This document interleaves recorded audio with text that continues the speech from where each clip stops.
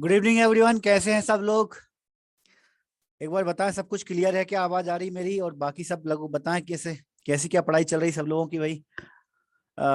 Student class में कम हो गए, कोई दिक्कत नहीं हुई। लक्ष्मण ने कह दिया क्लियर है, शुभांगी ने, जितेंद्र ने, दिव्यानी ने लिख दिया क्लियर है। ओके, चलो बढ़िया भाई। सबकी कैसी चल रही है तैयारी?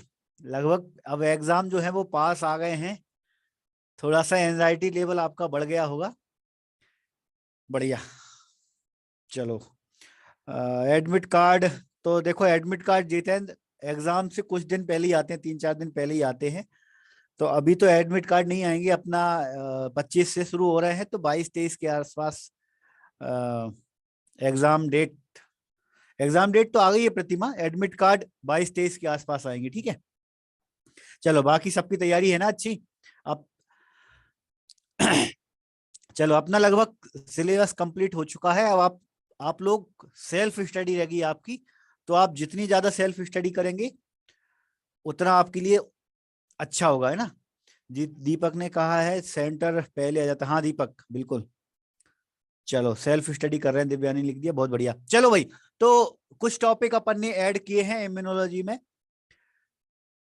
थ्योरी में वैसे मैंने बोला था कि अपन 75 टॉपिक कवर करने वाले हैं, लेकिन कुछ अपने 2-3 टॉपिक ऐड हुए हैं, तो अपन 2-3 टॉपिक और ऐड करके, अपने पास टाइम था तो अपन ने किया कि जितना पॉसिबल हो सके उतना अपन कम से कम जो इम्पोर्टेंट टॉपिक हैं बिल्कुल अपने ना छूटे। ज्यादा अपन डीप में नया, कम से कम थोड़ा सुपरफिशियल तो पढ़ ही लें। ठीक है, तो वैसे अपना सिलेबस कंप्लीट हो चुका है। जो जो अपने मेन इंपोर्टेंट टॉपिक है वो सब अब अपने कवर हो चुके हैं। कुछ टॉपिक अपन, 2-3 टॉपिक अपन ने ऐड किए हैं। उसमें एक टॉपिक है इम्यूनोलॉजिकल डिसऑर्डर। इम्यूनोलॉजी में जिसकी वजह से इम्यूनोलॉजी में प्रॉब्लम आती है, डिसीज आती है, वो अपन आज की क्लास में डिस्कस करने वाले हैं। क्यों नहीं चल रहा भाई मार्कस? ठीक है, तो भाई आज की क्लास जो है हमारी इम्यूनोलॉजिकल डिसऑर्डर की है, कि इम्यूनोलॉजी में कौन कौन सी डिसीज हमारी आएंगी। और जो डिसऑर्डर इम्यून सिस्टम के हैं उनको अपन 3 कैटेगरी में डिवाइड करते हैं। 3 कैटेगरी, ये जो है वो ब्रॉड कैटेगरी है, मतलब जो भी डिसीज आएंगी वो इन 3 कैटेगरी के ही अंदर आती हैं बेसिकली। कौन कौन सी 3 कैटेगरी हैं? पहली है इम्यूनो डेफिशिएंसी। या तो कोई पेशेंट होगा उसमें उसकी इम्यूनिटी कम होगी, तो इसे अपन कहेंगे इम्यूनो डेफिशिएंसी। दूसरा है ऑटो इम्यूनिटी। ऑटो इम्यूनिटी मतलब अपने आप बहुत ज्यादा अगर इम्यूनिटी होती है तो ये ऑटो इम्यूनिटी होगी, है ना? और तीसरा है हाइपर सेंसिटिविटी। हाइपर सेंसिटिविटी, ये तीनों ही कैटेगरी को अपन 1 बाय 1 डिस्कस करते हुए चलते हैं, डीप में डिस्कस करते हुए चलते हैं। और मैं पहले भी एक बात बोल चुका हूं, माइक्रोबायोलॉजी में इम्यूनोलॉजी एक ऐसा सब्जेक्ट है जो पूरा कॉन्सेप्ट पे चलता है। पूरे सब्जेक्ट, जो पूरे टॉपिक है, सारे के सारे कॉन्सेप्ट पे चलते हैं। और सारे टॉपिक एक दूसरे से लिंक्ड हैं, एक दूसरे से जुड़े हुए हैं। अगर आप पहले टॉपिक को ज्यादा अच्छे से नहीं समझ पाए तो दूसरे टॉपिक को समझने में आपको दिक्कत आएगी। और इसके जितने ज्यादा डीप में जाओगे उतना ज्यादा कंफ्यूजन बढ़ती है। तो एग्जाम में सुपरफिशियल ही क्वेश्चन आते हैं, तो अपन सुपरफिशियल ही समझेंगे, है ना? होने को तो इसमें बहुत ज्यादा डीप है। और अगर क्लास चलाना चाहे तो अपन लगभग 15 दिन इसकी क्लास कम से कम, है ना, कम से कम 15 दिन चाहिए अपन को इम्यूनोलॉजी को बहुत अच्छे से समझने के लिए। क्योंकि इसमें एक एक पॉइंट ऐसा है जिसको अगर अपन डिस्कस करें तो सिर्फ एक वर्ड पे भी अपनी 15-20 मिनट तक की क्लास चल सकती है। आपको समझाने में मुझे करीब आधा घंटा तक लग सकता है एक एक सिंगल पॉइंट पे। ठीक है, तो अपन बेसिक लेते हुए चल रहे हैं। और एग्जाम में भी आप देखोगे प्रीवियस पेपर को उठाकर एकदम बेसिक से क्वेश्चन आते हैं इम्यूनोलॉजी से, ना? थोड़ा टफ सब्जेक्ट माना जाता है इम्यूनो माइक्रोबायोलॉजी में, टफ सब्जेक्ट इम्यूनोलॉजी को माना जाता है, क्योंकि थोड़े से कॉन्सेप्ट हैं। बाकी के जो टॉपिक हैं, बाकी के जो सब्जेक्ट हैं, उनमें मेमोराइज अपन को ज्यादा करना पड़ता है। चलो बढ़िया भाई, तो अपन तीनों ही जो कैटेगरी है उनको समझते हुए चलते हैं 1 बाय 1। पहले अपनी कैटेगरी डेफिशिएंसी, मतलब किसी का इम्यून सिस्टम अगर कमजोर हो जाए तो ये अपना इम्यूनोडेफिशिएंसी कहलाता है। इम्यूनो डेफिशिएंसी होती कब है? जब इम्यून सिस्टम के एक या एक से अधिक कंपोनेंट इनएक्टिव हो जाएं। जो हमारे इम्यून सिस्टम के कंपोनेंट थे, कौन कौन से कंपोनेंट थे? अपन ने सेल पढ़े हैं, अपन ने इम्यूनिटी के बारे में पढ़ा था। इननेट इम्यूनिटी में अपन ने पढ़ा था कि कुछ सेल्स होते हैं वो अपन को इम्यूनिटी देते हैं, है ना? सेल्स के अलावा कुछ प्रोटीन पार्टिकल भी होते हैं जो अपन को इम्यूनिटी देने का काम करते हैं। इन प्रोटीन जो पार्टिकल हैं उनको अपन आगे चल के डिस्कस करेंगे थोड़ा सा, है ना। तो ये अगर कंपोनेंट इनएक्टिव हो जाते हैं, अच्छे से काम नहीं कर पाते, तब किसी भी पेशेंट में इम्यूनो डेफिशिएंसी आती है। और इसकी वजह से क्या होता है, उससे वो पैथोजेंस को फाइट करने के लिए इम्यून सिस्टम की जो एबिलिटी है वो कम हो जाती है। इम्यून सिस्टम की जो एबिलिटी, किसी भी माइक्रो ऑर्गेनिज्म से लड़ने की जो एबिलिटी होती है, वो एबिलिटी उनकी कमजोर हो जाती है। ठीक है, तो इसके कारण क्या है वो अपन समझते हैं, और यही कारण आपके लिए इंपॉर्टेंट है। डेवलप कंट्री जैसे अमेरिका वगैरह हो गया है ना, तो ये डेवलप कंट्री में आते हैं। अपन इंडिया जो है वो अपनी डेवलपिंग कंट्री के अंदर आती है। डेवलपिंग मतलब अभी हम डेवलप कंट्री के तौर पे नहीं है। तो डेवलप जो कंट्री हैं जैसे अमेरिका वगैरह ले लो, चीन ले लो, जापान ले लो, ये 2-3 कंट्री हैं जो डेवलप हैं। उनमें इम्यूनिटी अगर कमजोर है तो उनके कारण मोस्टली ओबेसिटी, एल्कोहलिज्म या ड्रग का ज्यादा यूज, इनकी वजह से उनकी इम्यूनिटी कमजोर होने के ये सामान्य कारण है उनके, कि उनमें मोटापा ज्यादा है, अल्कोहल अगर वो बहुत ज्यादा ले रहे हैं, ड्रग्स वगैरह यूज कर रहे हैं, तो उनसे उनकी इम्यूनिटी कमजोर हो जाती है। जबकि हमारी बात करें, अगर हम अपन जो आते हैं वो डेवलपिंग कंट्री के अंदर आते हैं, अभी हम विकासशील हैं। बहुत बढ़िया काजल ने कहा है ना, विकसित और विकासशील। हम लोग विकासशील देश की कैटेगरी में आते हैं। तो हमारे लोगों में, हमारे इंडिया में जो इम्यूनो डेफिशिएंसी का जो मेन कारण है वो है माल न्यूट्रिशन।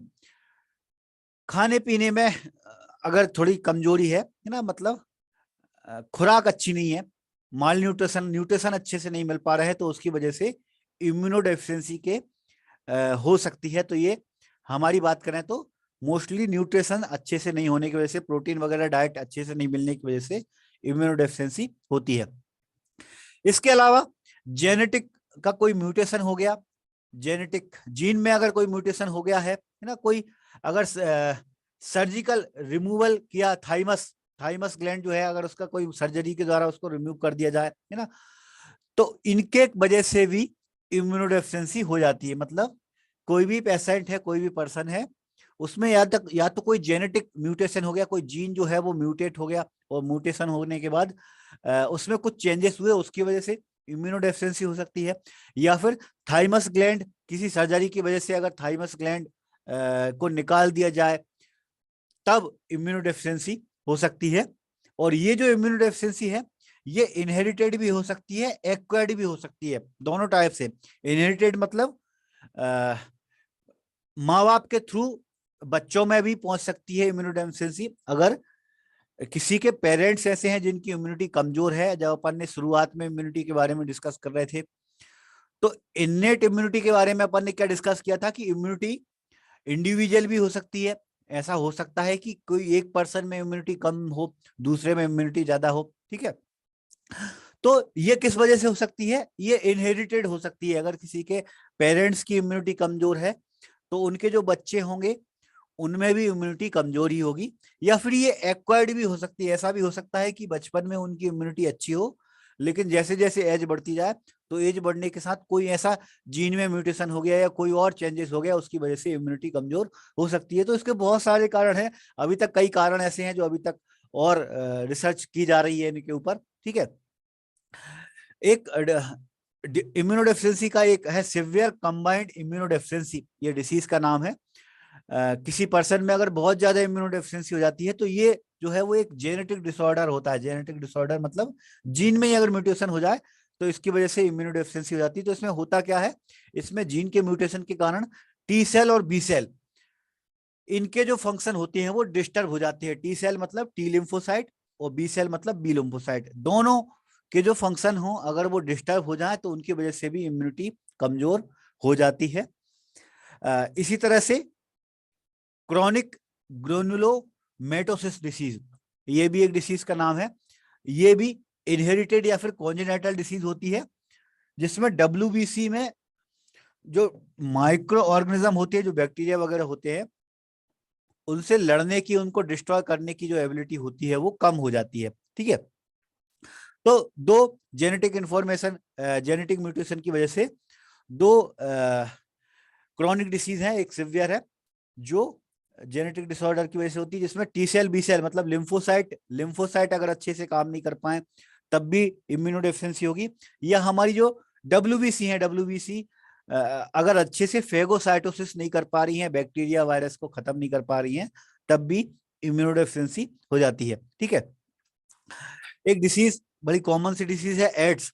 एड्स जो होती है वो HIV की वजह से होती है, अपन ने वायरोलॉजी में डिस्कस किया है एड्स। या फिर इसके अलावा कुछ प्रकार के कैंसर जो होते हैं उनकी वजह से भी इम्यूनिटी बहुत कमजोर हो जाती है। तो दो ऐसी डिसीज हैं जिनमें इम्यूनिटी बहुत कमजोर हो जाती है।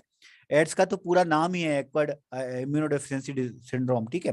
तो एड्स की वजह से या फिर कैंसर की वजह से भी इम्यूनोडेफिशिएंसी हो सकती है। तो ये कुछ कारण हैं इम्यूनोडेफिशिएंसी के।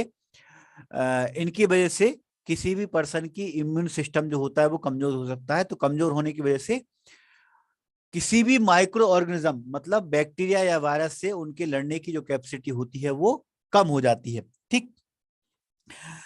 पहली कैटेगरी के बाद में दूसरी अपनी कैटेगरी आती है ऑटो इम्यूनिटी।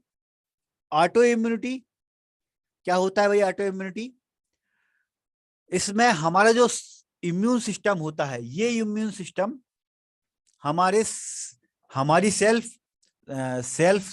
और नॉन सेल्फ, मतलब हमारे दूसरी कोई सेल्स है, उन दोनों के बीच में डिफ्रेंशिएट नहीं कर पाता, डिस्टिंग्विश नहीं कर पाता, अंतर पता नहीं कर पाता। तो उसकी वजह से हमारी जो बॉडी के ही पार्ट है, हमारी जो बॉडी की सेल्स हैं, उन पर ही अटैक करने लगेगा। मतलब हमारा इम्यून सिस्टम कैसा है? वैसे अगर अपन प्रॉपर देखें, किसी की इम्यूनिटी अच्छी है, तो अगर इम्यूनिटी अच्छी है तो हमारी जो सेल्स हैं उसके अगेंस्ट वो कोई रिएक्शन नहीं करेगा। लेकिन कोई भी फॉरेन पार्टिकल या कोई भी फॉरेन सब्सटेंस जैसे बैक्टीरिया वायरस अगर बॉडी में एंटर करता है तो फिर वो उस पर अटैक करना चाहिए। लेकिन कभी कोई ऐसी कंडीशन आती है जिस कंडीशन की वजह से अगर इम्यून सिस्टम सेल्फ और नॉन सेल्फ, हमारी बॉडी की सेल और दूसरी सेल्स के बीच में अगर अंतर ना कर पाए, तो क्या होगा? उससे होगा ये कि हमारी जो बॉडी की सेल्स है उनमें ही वो अटैक करने लगता है। बहुत बढ़िया। दीपक ने ग्राफ्ट वर्सेस होस्ट, ये अपन ने ब्लड बैंक के अंदर पढ़ा है, ग्राफ्ट वर्सेस होस्ट में, है ना? उसमें भी कुछ इसी तरह से ही होता है। तो अगर बॉडी की सेल खुद की ही सेल को नहीं पहचान पाए, हमारा जो इम्यून सिस्टम है अगर खुद की ही सेल को ना पहचान पाए, तब ऑटो इम्यूनिटी होती है। और इसका सबसे अच्छा एग्जांपल है र्यूमेटॉइड आर्थराइटिस, जिसमें जॉइंट पेन वगैरह होता है, जॉइंट में स्वेलिंग होती है। और मैं इमेज आपको दिखाता हूँ, इस तरह से जॉइंट्स में डिफॉर्मिलिटी हो जाती है ना? कभी आपने अगर आर्थराइटिस के पेशेंट देखे हो तो जॉइंट पेन होता है उनमें, और इस तरह से डिफॉर्मिलिटी हो जाती है। तो ये जो डिसीज है ये ऑटो इम्यूनिटी की ही एक डिसीज है। ठीक है। इसके अलावा और भी कौन कौन सी डिसीज है? डायबिटीज मिलाइटिस, भी जो है वो भी एक ऑटो इम्यूनिटी की एक डिसीज ही है। एसएलई भी अपन ने इससे पहले डिस्कस किया है, जिसमें अपन ने हेमेटोलॉजी के अंदर एली सेल देखे थे। एली सेल जो होते हैं वो एसएलई की केसेस में दिखते हैं। ठीक है। तो एसएलई जो है वो भी एक ऑटो इम्यून डिसऑर्डर होता है। तो ये कुछ कॉमन है। इसके अलावा एक हाशिमोटो थायराइडोटिस, ये डिसीज होती है, ये भी एक ऑटो इम्यून डिसीज है। इसमें थायराइड जो होती है उसमें इन्फ्लामेशन हो जाता है। हाशिमोटो मतलब वो स्वेलिंग हो जाती है उसमें। तो ये कुछ कॉमन डिसीज हैं जो ऑटो इम्यून की डिसीज हैं। हाशिमोटो हो गया, रूमेटॉइड आर्थराइटिस हो गया है, डायबिटीज मिलाइटिस टाइप 1 हो गया है, और एसएलई के केसेस ये ऑटो इम्यून डिसऑर्डर के अंदर इंक्लूड होते हैं। ठीक है। तो दो डिसीज अपनी हो गई। पहला अपन ने शुरुआत में पढ़ा इम्यूनो डेफिशिएंसी, दूसरा ऑटो इम्यूनिटी। तीसरी और जो सबसे इंपॉर्टेंट है अपने एग्जाम के लिए, हाइपर सेंसिटिविटी। ज्यादातर मोस्टली क्वेश्चन एग्जाम में जब बनते हैं, अगर इस टॉपिक से बनेंगे तो हाइपर सेंसिटिविटी से क्वेश्चन बनने के चांसेस सबसे ज्यादा होते हैं। ठीक है। तो तीसरी कैटेगरी इम्यून सिस्टम में डिसऑर्डर की तीसरी कैटेगरी है हमारी हाइपर सेंसिटिविटी। हाइपर सेंसिटिविटी क्या होता है? हाइपर सेंसिटिविटी भी में इम्यून रिस्पॉन्स, ये एक तरह का इम्यून रिस्पॉन्स है जिसमें बॉडी अपने ही टिश्यू को डैमेज करने लगती है। ऑटो इम्यूनिटी से ही लगभग मिलती जुलती डिसीज है ये भी। तो इसमें इम्यून से रिस्पॉन्स ऐसा होगा कि हमारी बॉडी के जो टिश्यू हैं उनको ही डिस्ट्रॉय करने लगेगी, है ना? हमारा जो इम्यून सिस्टम है वो टिश्यू को डैमेज करने लगता है। तो इसमें क्या होता है, इम्यून सिस्टम बहुत ज्यादा हाइपर एक्टिव हो जाता है, हाइपर एक्टिव हो जाएगा यहाँ पर, ठीक है। यहाँ पर हाइपर एक्टिव होने की वजह से वो बॉडी के जो टिश्यू है उनको डैमेज करने लगता है। हाइपर सेंसिटिविटी जो होती है, इसके इसमें जो मैकेनिज्म इन्वॉल्व हो रहा है और इसकी जो रिएक्शन का टाइम का जो कोर्स है, कितने टाइम में ये शुरू हो रही है, उसके आधार पर अपन हाइपर सेंसिटिविटी की जो रिएक्शन होती है उसको अपन 4 कैटेगरी में डिवाइड करते हैं। आपको इमेज दिख रही होगी इस तरह से। हाइपर सेंसिटिविटी को अपन ये 4 कैटेगरी में डिवाइड कर रहे हैं, और ये 4 कैटेगरी जो है वो इसके मैकेनिज्म और इसके टाइम के कोर्स, मतलब कितने टाइम पीरियड में स्टार्ट हो रही है हाइपर सेंसिटिविटी, उस आधार पर अपन ने इसको 4 टाइप में डिवाइड किया है ना। कौन कौन से 4 टाइप जो है इनके नाम, वो टाइप 1 है, टाइप 2 है, टाइप 3 और टाइप 4 है ना। टाइप 1 को अपन एनाफाइलेटिक बोलते हैं। टाइप 2 जो होती है वो साइटोटॉक्सिक कहलाती है। टाइप 3 जो होती है वो इम्यून कॉम्प्लेक्स हाइपर सेंसिटिविटी कहलाती है। और टाइप 4 जो होती है वो डिलेड हाइपर सेंसिटिविटी कहलाती है ना। इसके ये अलग नाम है। इनके नाम को याद करने के लिए ट्रिक के थ्रू याद कर सकते हो। एसिड ट्रिक के थ्रू आप इसको चारों टाइप को याद कर सकते हो। ए का मतलब है एनाफाइलेटिक, एनाफाइलेटिक है ना। इसका मतलब क्या होता है एनाफाइलेटिक, अपन समझेंगे। एनाफाइलेटिक फाइलेटिक, ठीक है। और सी मतलब साइटोटॉक्सिक, साइटोटॉक्सिक। आई मतलब इम्यून कॉम्प्लेक्स, इम्यून कॉम्प्लेक्स। और डी मतलब डिलेड, डी मतलब डिलेड। तो ये 4 तरह की हमारी हाइपर सेंसिटिविटी होती है। इनको इमेज के थ्रू अपन समझते हुए चलते हैं। ये चारों तरफ की जो हाइपर सेंसिटिविटी है उनमें होता क्या क्या है। पहले उससे पहले अपन, ये टेबल आपको दिख रही है, इस टेबल को थोड़ा सा आप देखो, समझो। उसके बाद अपन इसको डिटेल में समझते हुए चलेंगे। पहली अपन ने 2 चीजें बोली इसकी। एक तो मैकेनिज्म, कौन सा मैकेनिज्म इन्वॉल्व हो रहा है, उसके आधार पे अपन ने इसको डिवाइड किया है ना। तो मैकेनिज्म में पहली वाली जो हाइपर सेंसिटिविटी है, जिसे अपन ने एनाफाइलेटिक कहा। एनाफाइलेटिक जो होती है वो आईजीई मेडिएटेड होती है। थोड़ा और डिटेल में अपन समझेंगे इसमें होता क्या है। इसमें एक्चुअली जो सेल्स हमारी होती हैं, बेसोफिल वगैरह होती हैं, उनमें ग्रेन्यूल्स अलग हो जाते हैं, ग्रेन्यूल्स उसमें अलग हो जाएंगे, डी ग्रेन्यूल्स हो जाते हैं। और डी ग्रेन्यूल्स होने की वजह से सेल्स से जो ग्रेन्यूल निकल के आ रहे हैं वो हिस्टामाइन रिलीज करने लगते हैं, है ना। तो इस तरह की जो रिएक्शन होती है वो एनाफाइलेटिक कहलाती है। ये जो रिएक्शन होती है वो आईजीई एंटीबॉडी के द्वारा होती है ना। और ये विद इन बनहार 1 घंटे के अंदर ही अगर कोई फॉरेन पार्टिकल बॉडी में गया है ना, या कोई रिएक्शन हुई उसकी वजह से, अगर 1 घंटे के अंदर ही अगर रिएक्शन होने लगती है तो ये हमारी एनाफाइलेटिक के अंदर आती है, ठीक है। दूसरा है साइटोटॉक्सिक। साइटोटॉक्सिक जो होगी वो सेल्स की वजह से होगी, है ना। इसकी थ्योरी अपन समझेंगे तो और आपको समझ में आएगा। थोड़ा सा पहले आप डायग्राम को समझ लेते हैं। ये जो रिएक्शन होती है ये कुछ घंटों से लेकर 1 दिन के अंदर अंदर हो जाती है। मतलब इसका जो टाइम ड्यूरेशन होगा वो इससे थोड़ा सा ज्यादा होगा, है ना। एनाफाइलेटिक की रिएक्शन 1 घंटे के अंदर हो जाती है, जबकि हमारी साइटोटॉक्सिक की जो रिएक्शन होगी वो 1 दिन के अंदर अंदर होती है। कुछ घंटों से लेकर 1 दिन के अंदर रिएक्शन होगी। हमारी तीसरे नंबर पे जो है इम्यून कॉम्प्लेक्स रिएक्शन, ये 1 हफ्ते से लेकर 3 हफ्ते तक में रिएक्शन होती है। जो सिम्टम्स आते हैं वो 1 से लेकर 3 हफ्ते के अंदर आएंगे।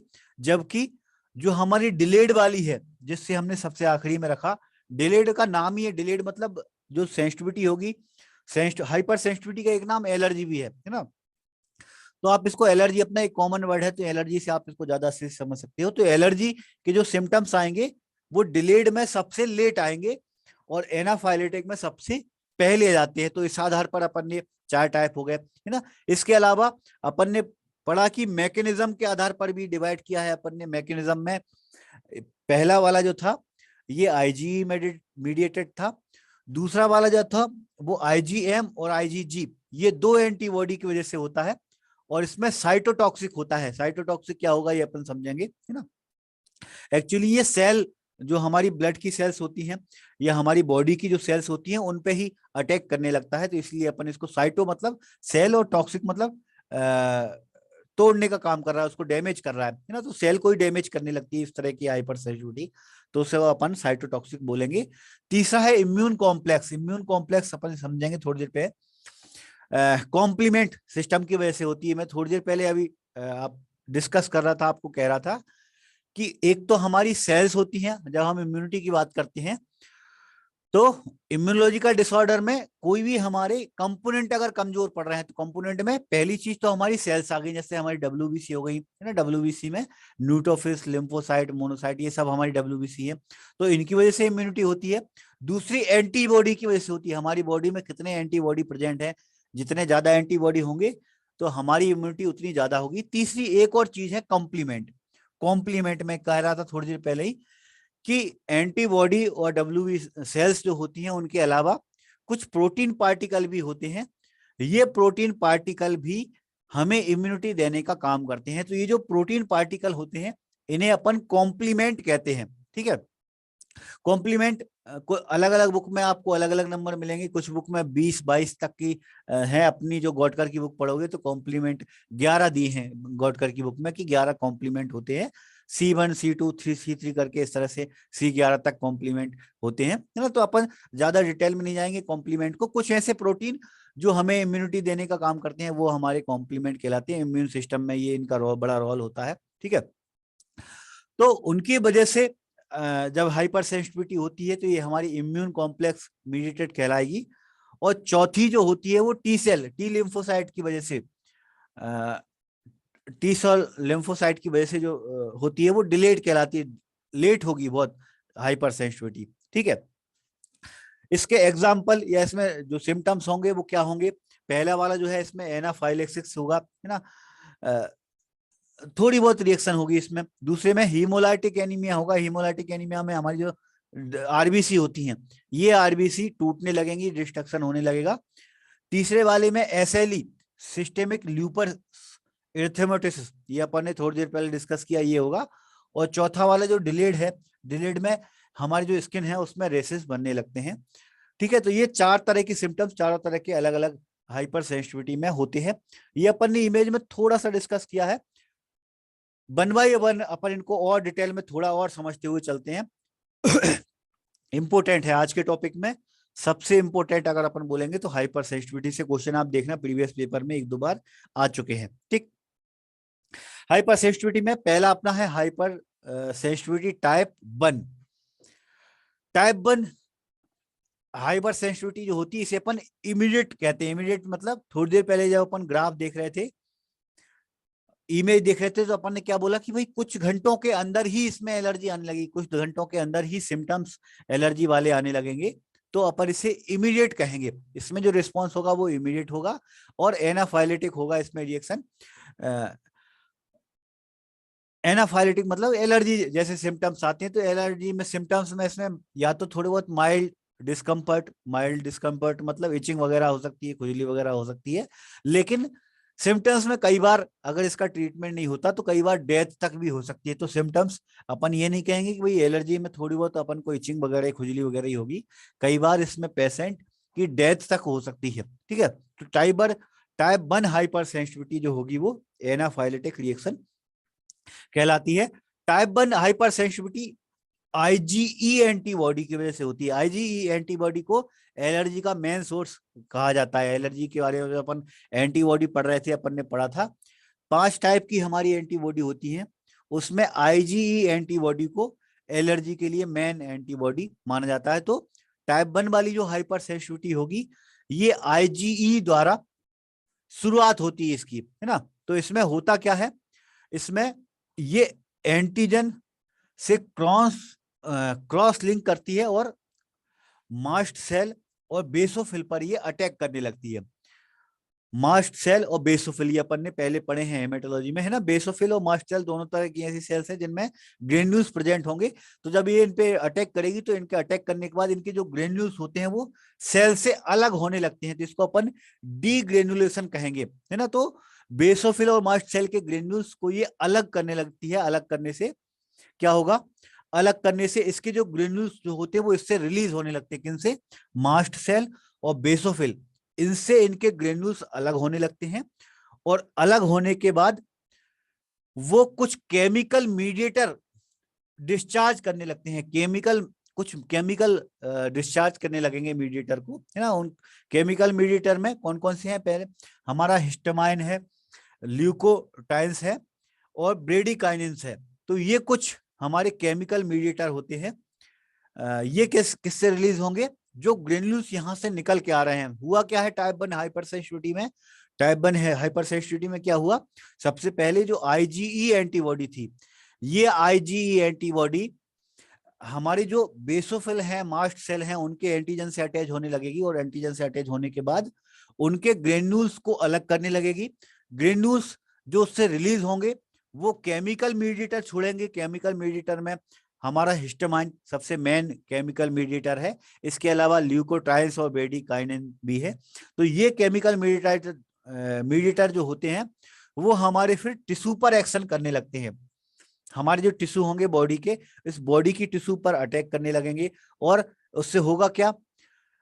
जो ब्लड वेसल्स की जो परमेबिलिटी होती है वो बढ़ जाती है। ब्लड वेसल्स जो अभी हमारी ब्लड वेसल्स हैं उनमें होता क्या है, जिनमें जितना उनको पानी चाहिए उतना ही उन ब्लड वेसल्स के अंदर जाएगा, बाकी का पानी बाहर ही रहने देंगे वो, है ना। लेकिन अगर परमेबिलिटी बढ़ गई तो ब्लड वेसल्स के अंदर वाटर ज्यादा बढ़ने लगेगा। स्मूथ मसल्स के कॉन्ट्रैक्शन में इंक्रीजमेंट हो जाएगा। स्मूथ मसल्स जो है वो उसमें बहुत ज्यादा कॉन्ट्रैक्शन होने लगेगा और म्यूकस सीक्रेशन में वृद्धि होने लगेगी। म्यूकस सीक्रेशन बहुत ज्यादा निकलने लगेगा। तो ये कुछ सिम्टम्स होंगे जिनकी वजह से होगा क्या? केमिकल मीडिएटर जो निकल के आ रहे थे, जो ग्रेन्यूल से जो केमिकल मीडिएटर निकल के आ रहे थे, वो क्या क्या कर रहे हैं?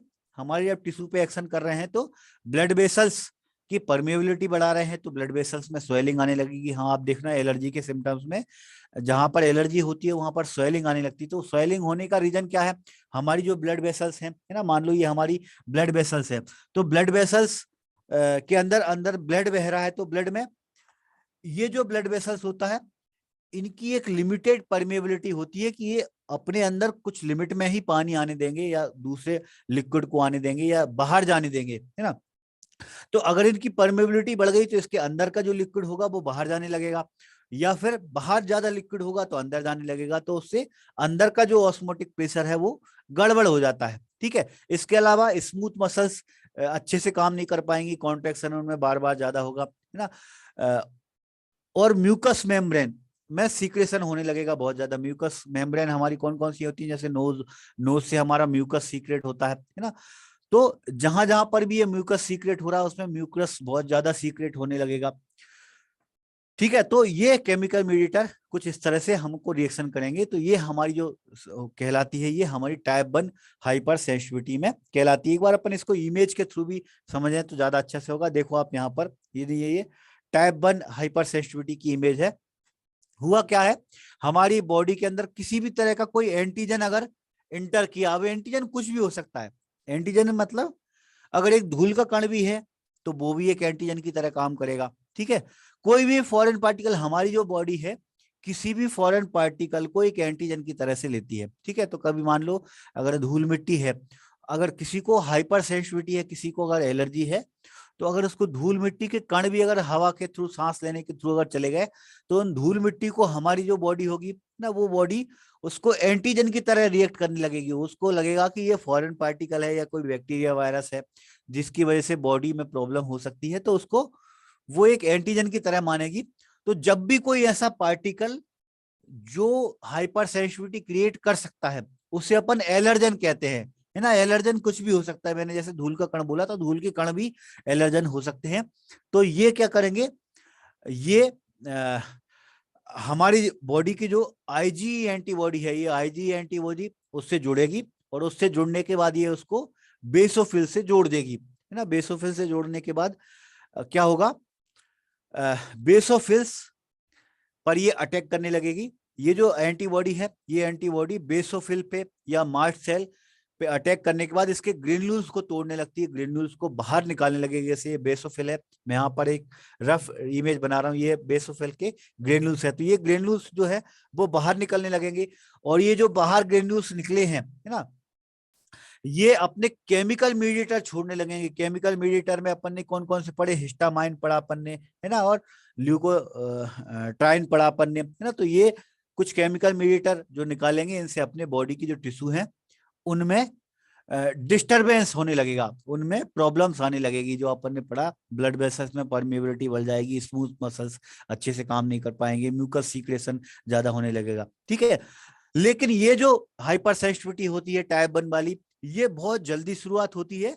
ज्यादातर केस में ये ज्यादा क्रोनिक नहीं होती, ज्यादा जैसे एलर्जी में बहुत ज्यादा सिम्टम नहीं होते। कई बार बहुत कम रेयर कंडीशन में ही ऐसा होता है, जैसे अपन बढ़ रहे थे, डेथ तक भी हो सकती है, लेकिन ये बहुत रेयरली होता है। कई बार बहुत जल्दी ये सेंसिटिविटी अपने आप ठीक भी हो जाती है, ठीक। दूसरे नंबर पे है अपनी type two hyper sensitivity. Type 2 hyper sensitivity तब होती है जब एंटीबॉडी अपनी खुद के सेल्स के एंटीजन से बाइंड होते हैं और उन्हें तोड़ने लगते हैं, उन्हें डिस्ट्रक्शन करने लगते हैं। क्या हो रहा है इसमें टाइप 2 में ना, चारों टाइप की जो हाइपर सेंसिटिविटी है उनमें क्या डिफरेंट है, ये आपको दिमाग में बिठाना, ये आपको याद रखना है। टाइप 1 में क्या हुआ है, टाइप 2 में क्या हुआ है ना। टाइप 2 जो हाइपर सेंसिटिविटी है, इसमें क्या हो रहा है, हमारी जो एंटीबॉडी है, ये एंटीबॉडी सेल्स के एंटीजन से बाइंड होंगी और एंटीजन से बाइंड होने के बाद उनपे उनको डिस्ट्रक्ट करने लगेंगे, उनको वो तोड़ने लगेंगी ना। जब अपन एंटीजन एंटीबॉडी पढ़ रहे थे, तो एंटीबॉडी के बारे में मैंने क्या कहा, एंटीबॉडी एक तरह से मिसाइल का काम करती हैं, कि जब वो एंटीबॉडी हमारे लिम्फोसाइट से निकलेंगी बाहर, तो निकलेंगी तो वो किसी भी फॉरेन पार्टिकल से जुड़ती हैं, और जिस फॉरेन पार्टिकल से एंटीबॉडी जुड़ती हैं उसको वो डिस्ट्रक्ट कर देती है, उसको वो डिस्ट्रॉय कर देती हैं, तोड़ देती हैं, खत्म कर देती हैं। तो वो एंटीबॉडी हमारी खुद की सेल से नहीं जुड़ना चाहिए, क्योंकि हमारी खुद की सेल से जुड़ेगी तो उसको भी तोड़ने लगेगी, उसको भी डिस्ट्रॉय करने लगेगी। तो टाइप 2 जो हाइपर सेंसिटिविटी है, इसमें यही होता है। क्या होता है इसमें, इसमें जो एंटीबॉडीज हैं, ये एंटीबॉडीज हमारी खुद की ही सेल्स से जुड़ने लगती हैं और उनको डिस्ट्रॉय करने लगती हैं। तो इस तरह की जो हाइपर सेंसिटिविटी होगी, ये एंटीबॉडी मीडिएटेड होगी, है ना। एंटीबॉडी में आईजीजी और आईजीएम, ये दो तरह की एंटीबॉडी ज्यादातर पाई जाती है हमारी ब्लड में। तो ये जो एंटीबॉडी है, इनके द्वारा ये मीडिएटेड होती है। और इसमें हो क्या रहा है, इसमें सेल्स टूट रही हैं, सेल्स का डिस्ट्रक्शन हो रहा है। तो इस तरह की जो हाइपर सेंसिटिविटी है उसको अपन साइटोटॉक्सिक कहेंगे। ये जो हाइपर सेंसिटिविटी है, ये हमारी साइटोटॉक्सिक कहलाती है, और एंटीबॉडी डिपेंडेंट हाइपर सेंसिटिविटी भी अपन इसको कहते हैं, ठीक। आगे बढ़े, है ना। इसको भी अपन एक बार इमेज के थ्रू समझते हुए चलते हैं, है ना। ये हमारी इमेज है ना। तो क्या हो रहा है भाई, इमेज में आप देखोगे तो नॉर्मली जो लिम्फोसाइट से जो एंटीबॉडी निकलती हैं, ये एंटीबॉडी किसी फॉरेन पार्टिकल से जुड़ती हैं। लेकिन टाइप 2 हाइपर सेंसिटिविटी में ये जो एंटीबॉडी है, ये एंटीबॉडी हमारी ब्लड की ही सेल से, हमारी आरबीसी हो गई जैसे, है ना, उनसे आके जुड़ जाएंगी। उनसे आकर जुड़ गई तो इनको तो जहां से ये जुड़ती है उनको लगता है कि इसको खत्म करना है, मिसाइल की तरह काम करती है भाई एंटीबॉडी, है ना। तो अगर ये हमारी ही सेल से जुड़ गई तो उनको ये लगेगा कि इसको खत्म करना है सेल को, तो वो इसको डिस्ट्रॉय करने लगेंगी, वो आरबीसी को तोड़ने लगेंगी, है ना। तो इसमें इस तरह का जो हाइपर सेंसिटिविटी होता है, इसमें हीमोलाइटिक एनीमिया होने लगता है, आरबीसी हमारी टूटने लगेंगी, ठीक। इसीलिए अपन ने इसको साइटोटॉक्सिक कहा, ठीक। आगे बढ़े, टाइप 2 के बाद में अगली आती है अपनी type 3। Type 3 hyper sensitivity. Type 3 hyper sensitivity जो होती है, इसमें हमारे टिश्यू में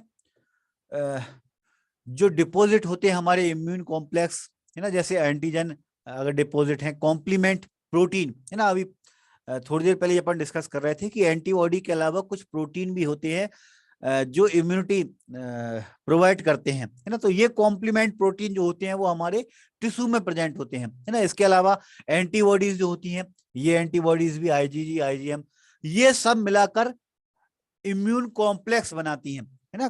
कॉम्प्लीमेंट्री के जो प्रोटीन हैं, हमारी जो एंटीबॉडीज हैं, ये कुछ एंटीजन हैं, ये सब मिलाकर एक कॉम्प्लेक्स बना लेंगे, और ये कॉम्प्लेक्स जो होंगे ये ही टाइप 3 वाली हाइपर सेंसिटिविटी प्रोड्यूस करते हैं। टिश्यू के अंदर जो कॉम्प्लेक्स होंगे ना, इसका अपन ने जो टाइप 3 हाइपर सेंसिटिविटी थी, इसको अपन ने इम्यून कॉम्प्लेक्स हाइपर सेंसिटिविटी कहा है। तो इम्यून कॉम्प्लेक्स में होगा क्या, हमारे टिश्यू के अंदर इम्यून कॉम्प्लेक्स बन जाते हैं। इम्यून कॉम्प्लेक्स में क्या होंगे, जो हमारे एंटीबॉडीज होंगे, जो हमारे कॉम्प्लीमेंट के प्रोटीन होंगे, ये आपस में जुड़ जाएंगे और जुड़कर एक कॉम्प्लेक्स बना लेंगे, और कॉम्प्लेक्स की वजह से फिर हाइपर सेंसिटिविटी रिएक्शन होने लगती है। इसको भी अपन एक बार इमेज के थ्रू देख लें तो आपको ज्यादा अच्छे से समझ में आएगा। यहां पर देख रहे होगे आप, जैसे हमारी बॉडी के अंदर, हमारे टिश्यू के अंदर जो भी एंटीबॉडी है ना, ये एंटीबॉडी और इम्यून कॉम्प्लीमेंट जो प्रोटीन है वो एक कॉम्प्लेक्स बना लिया उन्होंने, है ना। अब ये कॉम्प्लेक्स जो होगा, ये कॉम्प्लेक्स हमारी बॉडी के अंदर फिर हाइपर सेंसिटिविटी के सिम्टम्स क्रिएट करने लगता है। ठीक है, काजल ने लिखा है टाइप 2 में बाहर से किसी भी एलर्जन की जरूरत नहीं होती है। काजल, हाइपर सेंसिटिविटी चारों टाइप की जो है, ये मोस्टली कोई भी किसी बाहर के पार्टिकल से ज्यादातर शुरुआत होती है उनकी, उसे अपन एलर्जन कहते हैं। ठीक है, लेकिन ये किसी भी वजह से हो सकती, कोई भी छोटा पार्टिकल हो उसकी वजह से भी स्टार्ट हो सकती है। ठीक, टाइप 3 के बाद में अपना आता है अगला टाइप 4 हाइपर सेंसिटिविटी। टाइप 4 जो हाइपर सेंसिटिविटी होती है, इसे अपन सेल मीडिएटेड या फिर डिलेड टाइप हाइपर सेंसिटिविटी भी कहते हैं। दो नाम है इसके, एक सेल मीडिएटेड और दूसरा डिलेड। डिलेड जो नाम है वो इसलिए है क्योंकि इसमें हाइपर सेंसिटिविटी के जो सिम्टम्स होते हैं वो बहुत लेट होते हैं।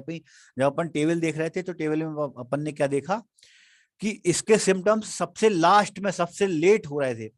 टाइप 1 वाली जो हाइपर सेंसिटिविटी थी, उसके सिम्टम्स सबसे पहले हो रहे थे, कुछ घंटों के अंदर ही आ रहे थे, जबकि टाइप 4 में सबसे लेट में होते हैं। तो इसलिए अपन इसको डिलेड हाइपर सेंसिटिविटी भी कहते हैं। और इसके अलावा इसको सेल मीडिएटेड भी कहते हैं। सेल मीडिएट क्यों, क्योंकि ये लिम्फोसाइट, मोनोसाइट, मैक्रोफेजेस, इनकी वजह से ये टाइप 4 वाली सेंसिटिविटी होती है। कौन कौन से, टी सेल की वजह से ये रिएक्शन जो होती है वो टी सेल की वजह से, मोनोसाइट की वजह से या मैक्रोफेजेस की वजह से होगी। ठीक है, टीबी हाइपर सेंसिटिविटी का एग्जाम्पल नहीं है कपिल। टीबी तो अपना बैक्टीरिया का इन्फेक्शन है। ठीक है, ठीक है, तो इसमें हाइपर सेंसिटिविटी डेवलप होने में 2 या 3 दिन से ज्यादा अपन को लगते हैं। और टाइप 4 रिएक्शन में कई इन्फेक्शन डिसीज जो होती हैं वो टाइप 4 हाइपर सेंसिटिविटी को क्रिएट कर सकती है ना। जैसे काजल ने बोला कि टीबी की वजह से हो सकती है, तो इस तरह से कुछ इन्फेक्शन डिसीज जो होती हैं उनसे हाइपर सेंसिटिविटी की शुरुआत हो सकती है। बैक्टीरिया की वजह से हाइपर सेंसिटिविटी की शुरुआत हो सकती है। ठीक है, तो ये जो हाइपर सेंसिटिविटी है ये किसी भी फॉरेन पार्टिकल से शुरू हो सकते हैं। तो जिस फॉरेन पार्टिकल से शुरू होंगे, है ना, किसी न किसी फॉरेन पार्टिकल से शुरुआत जब भी होगी तो कोई ना कोई फॉरेन पार्टिकल जब बॉडी में एंटर करेगा तभी शुरुआत होगी। लेकिन ये किसी एंटीबॉडी की वजह से ही होंगे। एंटीबॉडी जब ज्यादा रिएक्शन करने लगेंगी, तो जो फॉरेन पार्टिकल हमारी बॉडी में एंटर कर रहा है और हाइपर सेंसिटिविटी की शुरुआत कर रहा है, उसे अपन एलर्जन कहते हैं। ठीक है, और एलर्जन की वजह से ही हाइपर सेंसिटिविटी की शुरुआत होती है। ठीक, तो ये था भाई हमारा आज का टॉपिक, है ना। छोटा ही टॉपिक है लेकिन समझने वाला टॉपिक है ना। इसके बाद थोड़ा लेंदी टॉपिक है, बड़ा टॉपिक है, तो मैंने आज के टॉपिक में उसको कंबाइंड नहीं किया, है ना। अपने एक टॉपिक के कुछ पार्ट छूटे हैं तो वो अपने टेस्ट ही अपन डिस्कस करेंगे। तो उसमें अपन जैसे अपना कॉम्प्लीमेंट फिक्सेशन टेस्ट आया है ना, टेस्ट वगैरह, तो ये अपन आगे चल के डिस्कस करेंगे। ठीक है, हाँ, अब रिवीजन अपन कराएंगे दीपक, बिल्कुल। इम्यूनोलॉजी के एमसीक्यू अपन पहले कराएंगे, उसके बाद में डाउट सेशन आपके चला करेंगे। तो जो भी आपको डाउट है वो आप डेली अपन एक एक दिन घंटे की क्लास रखा करेंगे डाउट सेशन की। ठीक है, चलो, आज का टॉपिक छोटा ही था। इससे कोई क्वेश्चन है, कोई डाउट है तो आप पूछें।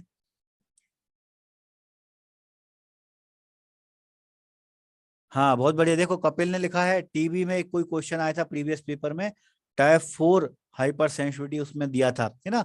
तो टाइप 4 वाली जो हाइपर सेंसिटिविटी होती है ये बैक्टीरिया या वायरस की वजह से हो सकती है ना। तो टीबी भी एक बैक्टीरिया है, तो उससे हाइपर सेंसिटिविटी हो सकती है, मतलब शुरुआत हो सकती है। ठीक है। आह, दिनेश सर की तबीयत ठीक है वैसे जितेंद्र, लेकिन उनका ऑपरेशन होने वाला है, तो वो अब वो क्लास नहीं ले पाएंगे। डॉक्टर ने उनको बोल दिया जल्दी से जल्दी ऑपरेशन का, तो मेरे ख्याल से आजकल में उनका ऑपरेशन होने वाला है। कोई भी टेस्ट अपलोड नहीं हुए ठाकुर, कैसे अपलोड नहीं हुए? आप देखो 3 टेस्ट अपलोड हो चुके हैं, चौथा भी प्रोसेस में ही है। अभी नाइट में चौथा भी अपलोड हो जाएगा। ठीक है। टेस्ट डेली अपलोड हो रहे हैं, अब ज्यादा से ज्यादा हम कोशिश कर रहे हैं। वो एक्चुअली है क्या, टेस्ट में जब अपन मॉक टेस्ट बनाते हैं हम लोगों को, तो जो स्टाफ है उसको एक सिटिंग में बनाना पड़ता है पूरा का पूरा।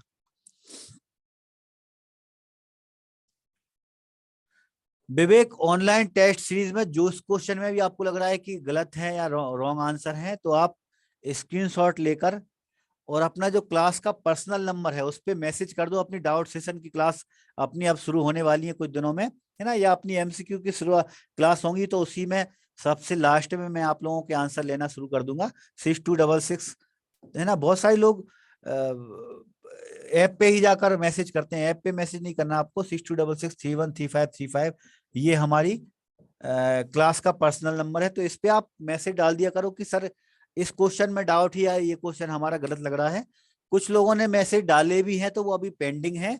सारे के सारे जितने भी आपके मैसेज आएंगे उनके लिए अलग से अपनी क्लास चलने वाली है। तो आपको जहां पे भी डाउट है, जहां पे भी आपको क्वेश्चन रॉन्ग लग रहा है, तो आप बिल्कुल बताओ।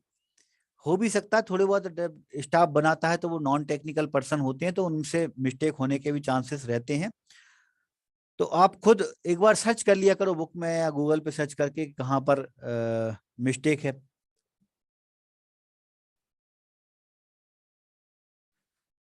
डाउट सेशन रहने दीजिए, रावत ने लिखा। डाउट सेशन जरूरी है रावत, वही तो मेन चीज है ना। मिक्स वाले एमसीक्यू अपन देखेंगे कोशिश करके, पॉसिबल हुआ तो मैराथन भी कर देंगे। ठीक है सर, इनके 4 के और भी एग्जाम्पल।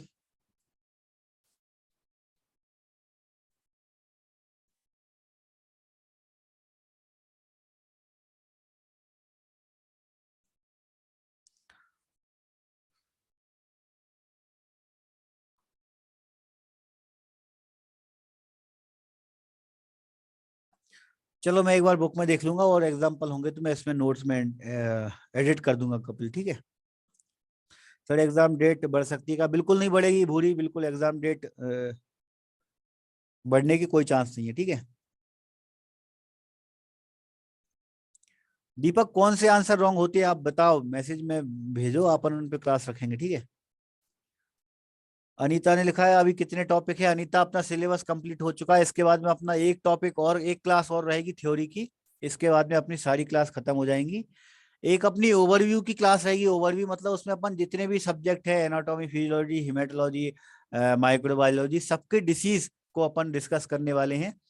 लेकिन उसको अपन थोड़ा गैप दे के करेंगे, वो सबसे लास्ट में होगी।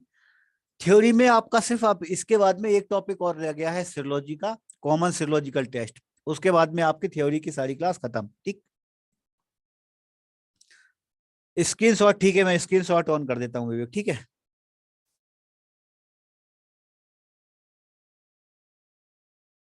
ठीक है चलो, मैं स्क्रीन शॉट अभी थोड़ी देर बाद जैसी क्लास खत्म होगी तो मैं स्क्रीन शॉट ओपन कर दूंगा, तो आप स्क्रीन शॉट ले लेके, है ना, कोचिंग के पर्सनल नंबर पे मैसेज करते जाओ, तो अपन उस पर क्लास रखेंगे। ठीक है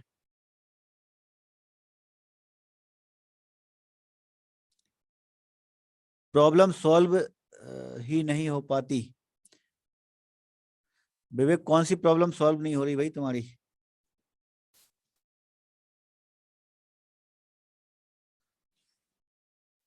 अभी एक और क्लास होगी भूरी अपनी थ्योरी की। ठीक है मैथ की कोई क्लास नहीं होगी दीपक।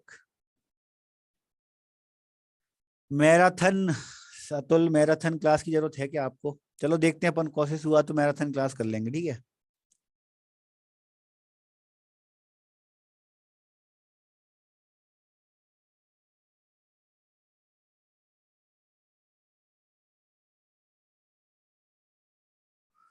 धनुष मैथ की, मैं मतलब नॉन टेक्निकल पार्ट की किसी भी क्लास नहीं हो सकती, मैथ की, इंग्लिश की, ये सारे टीचर रिलीव कर दिए हैं मैंने, तो अब कोई भी टीचर नहीं है अपनी अभी फिलहाल, है ना। तो मैथ वगैरह आपको खुद ही सेल्फ स्टडी करना पड़ेगी, ठीक है।